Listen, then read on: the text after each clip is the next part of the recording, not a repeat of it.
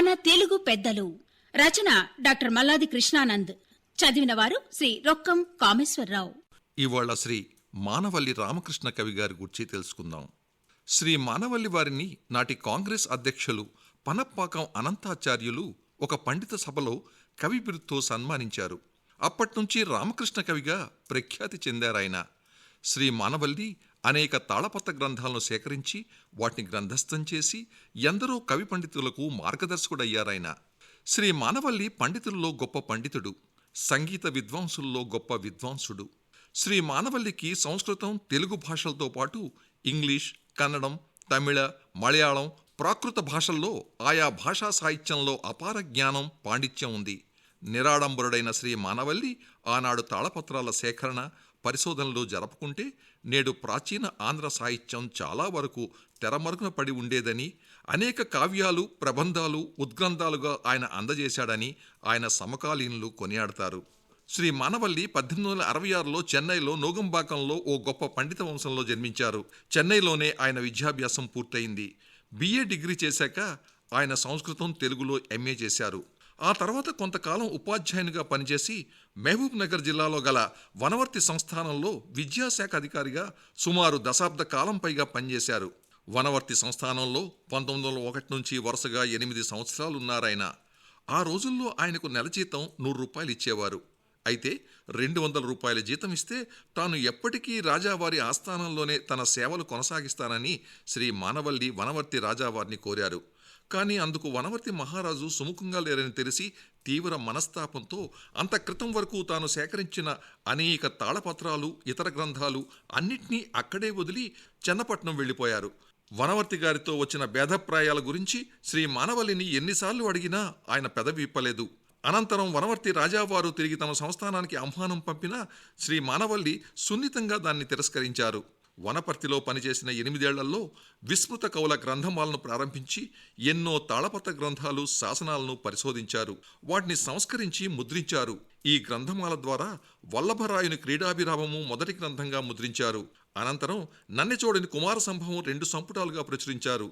అయితే ఈ కావ్యం ఆంధ్ర సారసత్వంలో పెను తుఫాన్ రేపింది. ఇందుకు కారణం ఏంటంటే ఇది నన్నయ్య కాలం కన్నా ముందుగా రాసిన కృతిగా శ్రీ మానవల్లి నిర్ణయించారు. నన్నయ్యను ఆదికవిగా భావించి కీర్తించే ఆంధ్ర పండిత లోకం శ్రీ మానవల్లి వారి నిర్ణయాన్ని తీవ్రంగా ఖండించారు. ఇంత రాద్ధాంతమైన తాను చెప్పదలిచింది గ్రంథంలో పీఠికలోనే స్పష్టంగా చెప్పానని శ్రీ మానవల్లి ఈ గాలి దుమారంలో తలదూర్చక మౌనంగా ఉన్నారని నాటి కవి పండితుల రాతల వల్ల తెలుస్తుంది. అలాగే శ్రీ మానవల్లి గారు ప్రబంధ భూషణము అనేది సంచిత కృతిని అందజేశారు. సంచిత కృతి అంటే అర్థం చెబుతూ పెక్కు కావ్యాల నుంచి వివిధ భాగాలు గ్రహించి ఒక కథగా కూర్చినది అని చెప్పుకోవాలి.